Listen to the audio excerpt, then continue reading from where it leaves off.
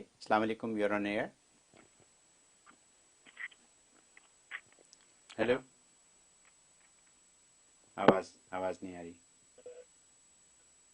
Hello. السلام علیکم. جی وعلیکم السلام، فرمائیے. جی میرا نام سلمان ہے اور میں سعودیہ سے بات کر رہا ہوں. جی امید ہے کہ آپ لوگ خیریت سے ہوں گے. اللہ تبارک و تعالیٰ آپ لوگ کی عمر میں برکت عطا فرمائے اور آپ لوگ کو حاسدین کے شروں سے محفوظ فرمائے.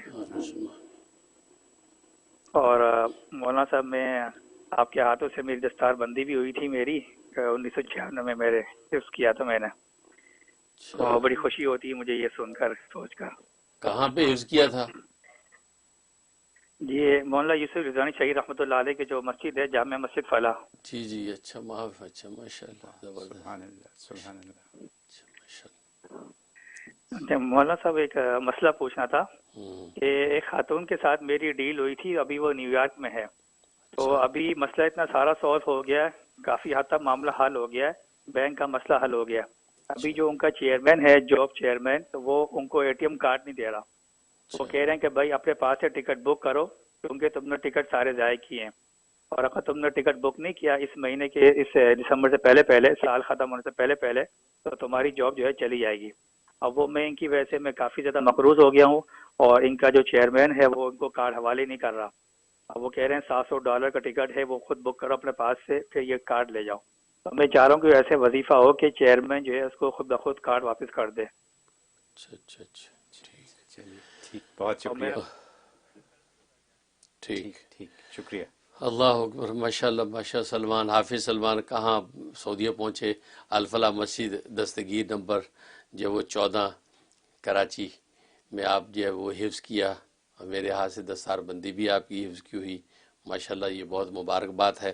اور باقی یہ ہے کہ آپ تو سعودیہ میں ہیں، اللہ کے رسول کے پڑوس میں پہنچے ہوئے ہیں. اللہ تعالیٰ جو ہے اپنا اور اپنے حبیب کی پوری برکات ثمرات آپ کو عطا فرمائے.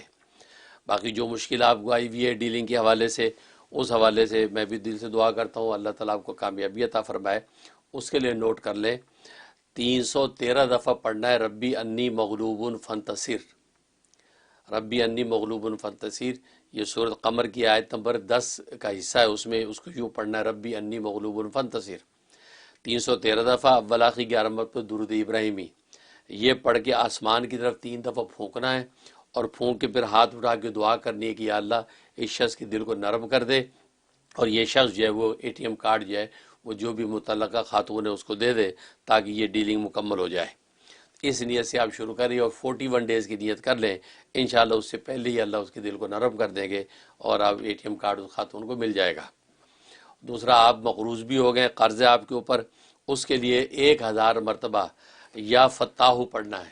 یا فتاحو اول آخری 11 مرتبہ درود شریف یہ پڑھ کے آپ جو اپنے قرض کے اترنے کی دعا کر لیں. انشاءاللہ غیب سے اللہ مدد کریں گے.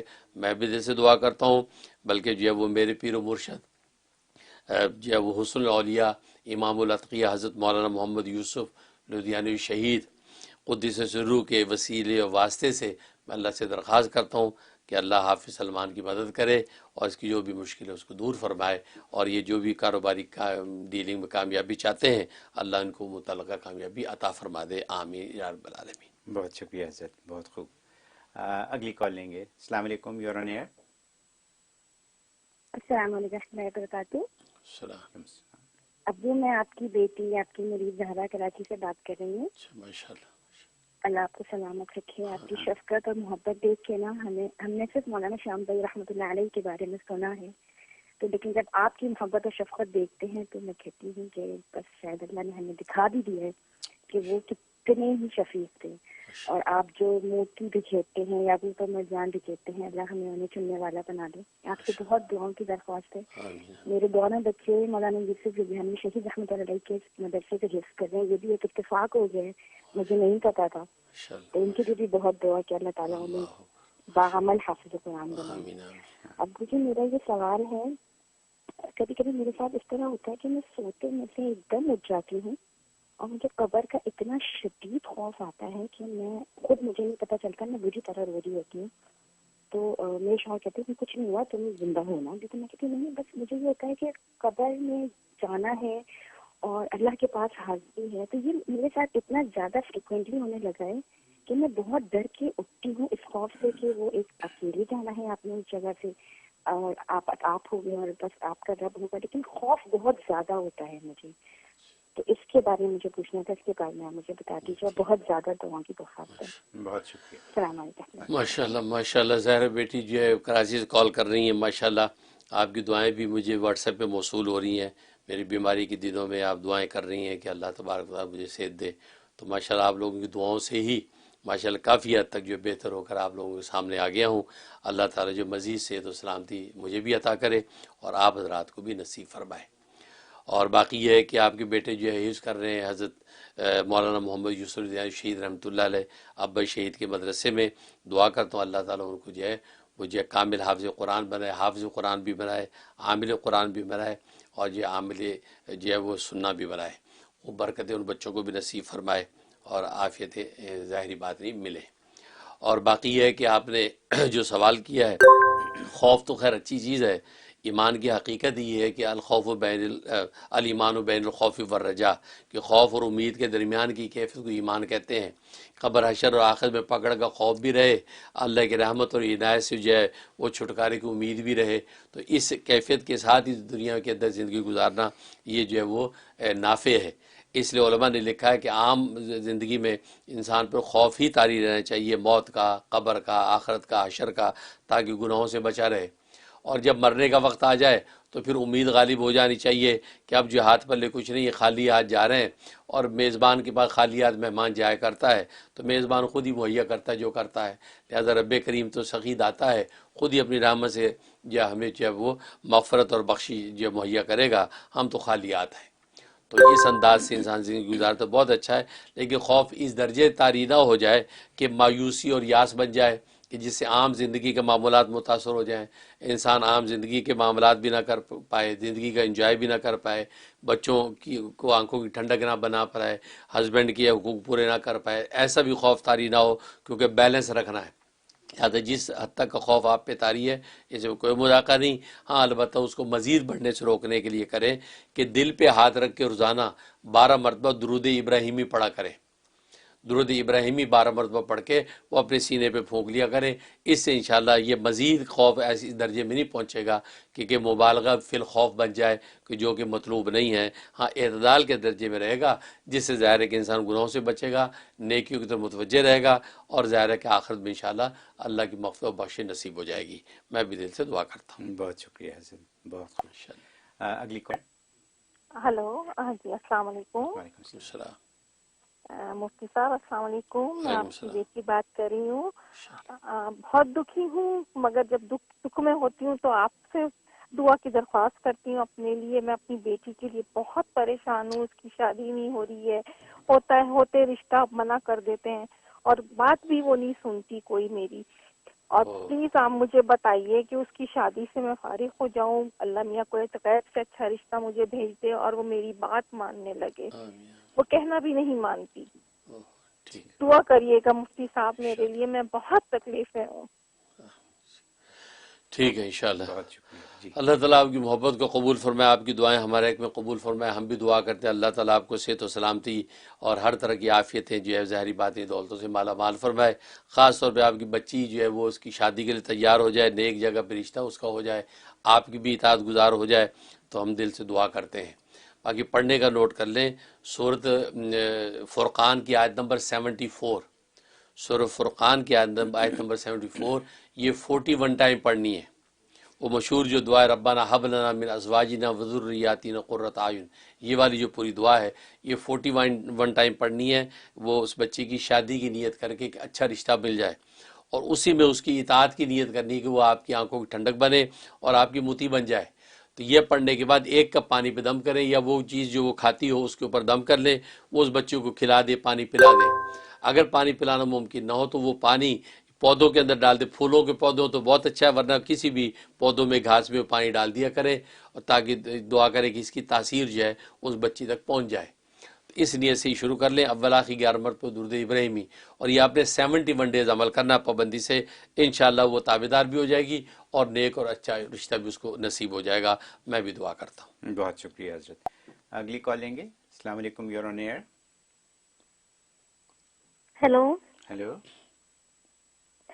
السلام علیکم حضرت جی. میں پاکستان سے آپ کی مرید آمنہ بات کر رہی ہوں. جی ماشاء اللہ. حضرت جی میں نے سنا تھا کہ قیامت کے نزدیک جو ہے قرآن اپنی اصل حالت میں نہیں رہے گا، اٹھا لیا جائے گا، تو وہ ان لوگوں کے دلوں میں رہے گا جنہوں نے حفظ کیا ہوا تھا.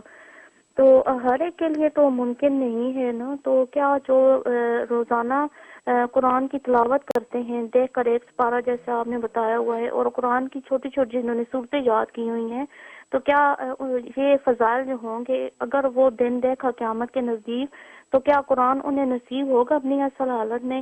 اور دوسرا میں نے پوچھنا تھا حضرت جی کہ آپ کا پاکستان چکر نہیں لگے گا؟ مطلب جو پاکستان میں مرید ہیں آپ سے ملاقات کرنا چاہیں تو ایسا ممکن ہے؟ بہت شکریہ آپ کی کال. ماشاء اللہ ماشاء اللہ. آمنہ جو ہے وہ پاکستان سے کال کر رہی ہیں. اللہ تعالیٰ آپ کو برکت دے دے. ہمارے وطن عزیز پاکستان سے کال آتی تو ہماری خوشی دوہری ہو جاتی ہے. ظاہر ہے کہ ہم نے وہیں سے جو ہے وہ علم و معرفت کے موتی بزرگوں کی جوتیوں کے صدقے چنے اور یہاں امریکہ جیسی دنیا میں آ کے اس کو تقسیم کر رہے ہیں، اور یہ تقسیم پاکستان میں واپس بھی پہنچ رہی ہے، لوٹ رہی ہے اپنی جگہ پر، تو ہمیں اور زیادہ مسرت ہوتی ہے. اللہ آمنہ آپ کو خوب امن و سلامتی نصیب فرمائے. اور باقی یہ ہے کہ آپ نے جو سوال کیا کہ پاکستان آنے کا، ظاہر ہے کہ انشاءاللہ یہ تو آسمان پر فیصلے ہیں. تقدیر الہی کو جب مطلوب ہوگا انشاءاللہ پاکستان بھی حاضر ہوں گے. اور آج کل تو یہ سوشل میڈیا ہے، یہ فیس ٹائم کی دنیا ہے، تو اب جو وہ فزیکلی ملاقات سے زیادہ اچھی ملاقات تو میڈیا کے ذریعے سے ہی ہو جاتی ہے، اس سے زیادہ اچھے طریقے سے بات چیت ہو جاتی ہے. تو مقصد تو نفع پہنچنا ہے، وہ آپ حضرات کو پہنچ رہا ہے. انشاءاللہ فزیکلی ملاقات کا موقع ہوگا تو انشاءاللہ پاکستان آئیں گے تو اس وقت آپ سے ملاقات کر لیں گے. اور باقی جو پہلا سوال کیا ہے، کیا تھا ان کا پہلا سوال؟ وہ قرآن کے بارے جی ہاں، پہلا سوال جو کیا قرآن کے بارے میں، کہ آپ کہتے ہیں قرآن کریم، ہاں بالکل صحیح، حدیث میں آتے ہیں قرب قیامت میں قرآن کریم اٹھا لیا جائے گا. تو آپ کہتے ہیں حافظ کے دل میں رہ جائے گا، حافظ تو اس سے پہلے اٹھا لیے جائیں گے. حافظ عالم جو اس سے پہلے اٹھا لیا جائے گا، کوئی باقی نہیں رہے گا، سب صرف قرآن رہ جائے گا. تو قرآن کے نقوش بھی اٹھا لیے جائیں گے، اور یہ جو نقوش اس کے موجود ہوتے ہیں لکھے ہوئے، وہ کوئی باقی نہیں رہے گا، سب اٹھا لیا جائے گا. لیکن حافظ اور قاری عالم جو ہے وہ تو اس سے پہلے ہی دنیا سے چلے جائیں گے. تو وہ دنیا کے اندر جہالت ہی کا دورہ ہوگا، اور پھر قیامت جو ہے وہ نازل ہوگی. کیونکہ حدیث میں آتا ہے کہ ایک بھی اللہ اللہ کہنے والا جب تک باقی رہے گا تو اس وقت تک قیامت نہیں آئے گی. لہذا قرآن اٹھانے کا جو واقعہ ہے یہ حفاظ اور جو علماء اور صلحاء کے اٹھنے کے بعد ہوگا. وہ سب پہلے اٹھ چکے ہوں گے. لیکن باقی آپ نے کہا کہ جو انسان تھوڑا بہت حفظ کر لیتا ہے جو قرآن سینے میں، بالکل وہ تو آپ کو نافع ہوگا، کہ جب جو آخرت میں پیش ہوگے جسے جتنا قرآن حفظ کیا ہوگا اس کا نفع وہاں پر ہوگا، اور قرآن آپ کے لیے انشاءاللہ وہاں پہ شافع بنے گا، شفاعت کرے گا. اس لیے حدیث میں آتا ہے قرآن جو ہے آپ کے حق میں جو کل کو دلیل بنے گا یا آپ کے خلاف دلیل بنے گا. اگر قرآن کا حق ادا نہ کیا، تلاوت اور اس کی اطاعت، اس کی تعلیمات اور عمل، تو قرآن ہمارے خلاف بھی کھڑا ہو سکتا ہے. اس لیے قرآن کریم جو ہے جتنا حفظ ہو سکے بہت اچھی بات ہے، انوارات ہیں، لیکن قرآن کریم جو ہے وہ واقعی قرب قیامت میں اٹھا لیا جائے گا. بہت خوب، بہت شکریہ حضرت. دوسری بریک کا وقت آ گیا. بریک پہ جانے سے پہلے آپ سے میں بات کرنا چاہتا ہوں شافی وائٹامنس کی. شافی وائٹامنس جس کو آپ نے سرٹیفائی کیا ایز حلال وائٹامنس، تو آپ کی سرپرستی میں یہ وائٹامنس جو ہیں یہ سرٹیفائیڈ ہیں اور حلال ہیں، اور ویگن بھی ہیں اور اویلیبل بھی ہیں مردوں کے لیے، عورتوں کے لیے، بچوں کے لیے. تو بہترین وائٹامنس ہیں. ہم کیوں نہ سب لوگوں کو یہ کہیں کہ یہ استعمال کریں یہ وائٹامنس، بالکل کہنا چاہیے نا. اس لیے کہ ناظرین فتویٰ میں نے دیا اسی لیے ہے کیونکہ آپ کو پتہ ہے کہ یہاں آج کل جو دواؤں سے زیادہ وائٹامنس پہ لوگ زندہ ہیں، اور پوری دنیا کے اندر وائٹامنس جو ہے وہ کھائے جاتے ہیں. لیکن آپ کو پتہ حلال حرام کا لحاظ کیے بغیر لوگ وائٹامنس کھاتے ہیں، کہ یہ پتہ نہیں کہ اس میں کیا انگریڈینٹس ہیں اور کیا کیا حرام چیزیں شامل ہیں. نتیجہ یہ ہے کہ اس سے انسان کی اخلاقیات کے ساتھ ساتھ انسان کی صحت پہ بھی برا اثر پڑتا ہے. تو بہت سے لوگوں نے حلال وائٹامنس بنانے کی کوشش کی ہے، لیکن یہ ہمارے دوست جو ہے وہ شاہد حسین صاحب نے یہ وائٹامنس بنائے، اور مجھے وہ باقاعدہ پوری اس کی ڈیٹیل انہوں نے دکھائی اور بتلائی، تو میں حیران ہو گیا. اتنے عمدہ وائٹامنس ہیں، بہت ہی نفیس، اور بچے، بوڑھے، جوان اور عورتیں سب کے لیے، اور ہر طرح کے وائٹامنس ہیں. اور مزے کی بات ہے سب سے پہلے تو میں نے خود ٹرائی کیا، اس لیے تاکہ ناظرین کو میں نے بتلانا ہے. خود ٹرائی کیا، مجھے حیرانی ہے کہ چبانے والے میٹھے میٹھے وہ چیونگم کی طرح چبا لیتا ہے انسان، کھا لیتا ہے باقاعدہ، اس کو جو ہے وہ خشک قسم کے وائٹامنز نہیں ہے کہ پانی کے ساتھ آپ کو نگلنا پڑے، تو آپ لے کے دیکھیں، بلکہ وائٹامن سی تو اتنا مزیدار ہے، وہ ویسے ہی شاید 2-4 کھا جاتا ہے، اس لیے کہ بالکل سنترے کی پھاڑی بنی ہوئی ہے اور سنترے کا ذائقہ اس میں آتا ہے، زبردست وائٹامن. تو اس لیے دنیا بھر کے اندر جو ہے لوگ اس ویب سائٹ پہ آرڈر کر کے منگوا سکتے ہیں.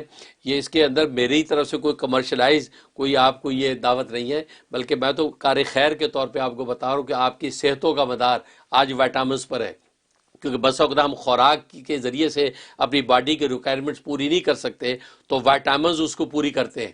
اور امریکہ یورپ کے اندر تو وائٹامنز کا بڑا رواج ہے، بہت ہر بڑا بچہ کھاتا ہے. تو ہمارے ملکوں کے اندر بھی لوگ جو ہے انڈیا پاکستان کے لوگ بھی اس کو خریدیں، اور یہ آپ کو مزہ آئے گا انشاءاللہ یہ وائٹامنز لے کے. اور میں تو خود تجربہ کیا ہے، تجربہ کرنے کے بعد بتا رہا ہوں کہ واقعی مجھے اور میری فیملی کے جو بڑے بچے سب کو جو بڑا نفع ہوا ہے اور واقعی بڑی اسٹرینتھ ملتی ہے. تو بالکل میں آپ کو ضرور دعوت دوں گا کہ آپ یہ وائٹامن استعمال کریں، کیونکہ یہ خیر کی بات ہے. حلال حرام کی اطلاع کرنا ہمارا منصب ہے، تو کمیونٹی کو کسی بھی حوالے سے جو میں کوشش کرتا ہوں کہ جو وہ نیک راستے کی طرف متوجہ کروں. اس لیے میں نے اس وائٹامنس کا پورا ریسرچ کرنے کے بعد میں نے جو حلال طیب ہمارا جو شعبہ ہے المنیر فاؤنڈیشن کے انڈر حلال طیب کے نام سے، حلال طیب کے تحت ہم نے اس کو انڈوز کیا اور فتویٰ جاری کیا. اس لیے آپ ضرور اس کو لیں، اس پہ کسی قسم کا کوئی شک و شبہ نہ کریں، انشاءاللہ بہت آپ کو نفع ہوگا. بہت خوب حضرت، اور بتا بڑا آسان ہے، اور وہ یہ ہے کہ آپ جائیں shafinutrition.com، شافی ShafiNutrition.com. یہ ہمارے رحم ٹی وی کے اوپر بھی یہ چل رہا ہے، اس کا اشتہار بھی چل رہا ہے جہاں آپ اس کو نوٹ کر سکتے ہیں، یہاں سے آپ اس وائٹامن کو آرڈر کر سکتے ہیں.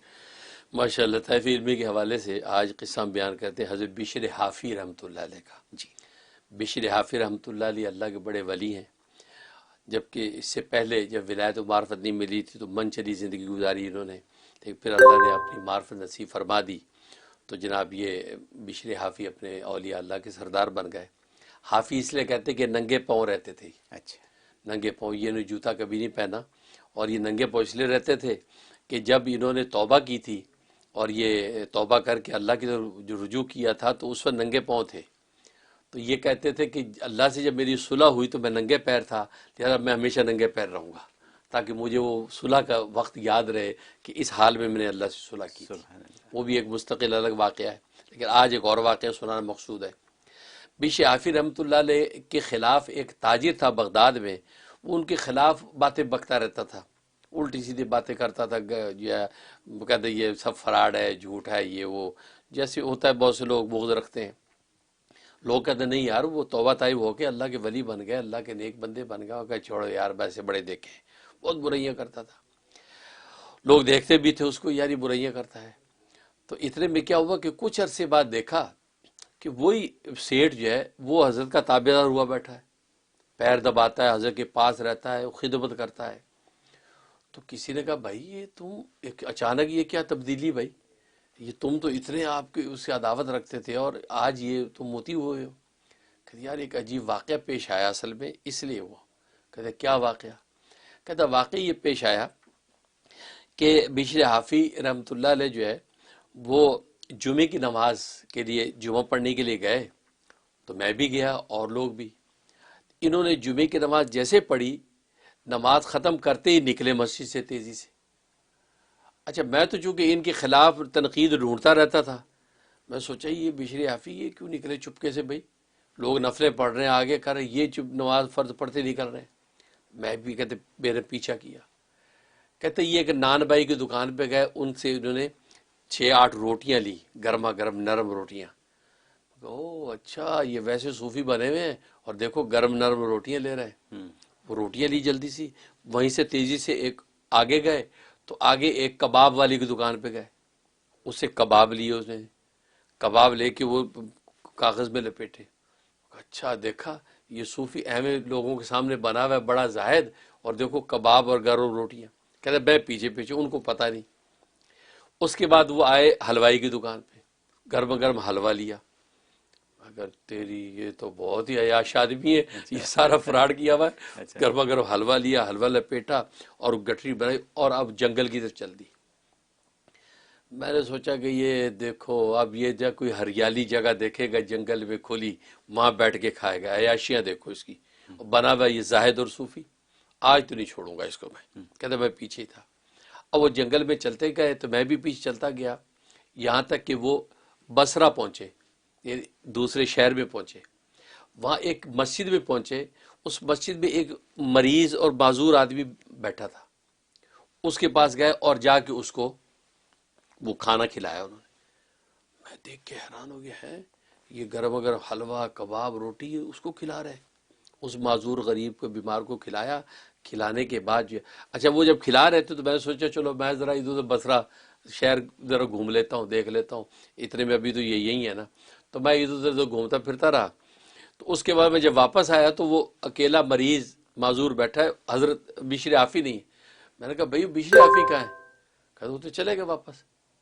کہتے اوہو اچھا، کہتے بھائی تم ساتھ آئے تھے؟ کہتے ہاں میں تو ساتھ آیا تھا ان کے۔ تو اب کہتے تم تو بڑا ہے، چھوٹا کیا تو اتنا سا ہو گیا۔ تو طی الارض کہتے ہیں، اسی حدیث میں آتا ہے اللہ تبارک و تعالیٰ اپنے بندوں سے بعض لوگوں کو طی الارض کا مقام عطا کر دیتے ہیں، ان کے زمین کو سکیڑ دیتے ہیں اور وہ جھٹ سے اس دوسرے شہر میں پہنچ جاتے ہیں، جھٹ سے واپس آ جاتے ہیں۔ اور عام حالات میں جائیں تو سال لگ جائیں۔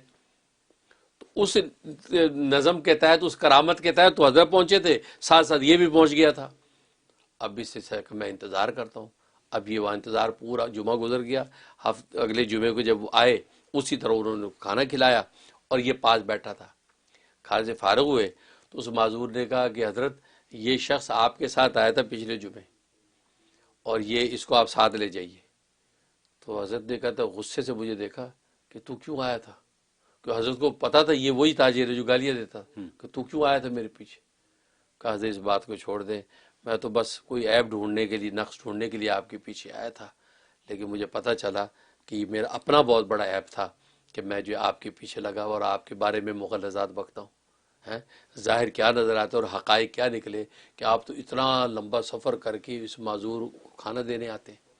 تو میں جو توبہ کرتا ہوں، کہا کہ چل ابھی چل میرے ساتھ، اور خبردار رہتا ایسی حرکت نہیں کرنا، کیونکہ اللہ تبارک و تعالیٰ کی رحمت سے ہمارے لیے تو زمین سمٹ گئی تھی، ورنہ یہ تو سال کا فاصلہ ہے، چلو۔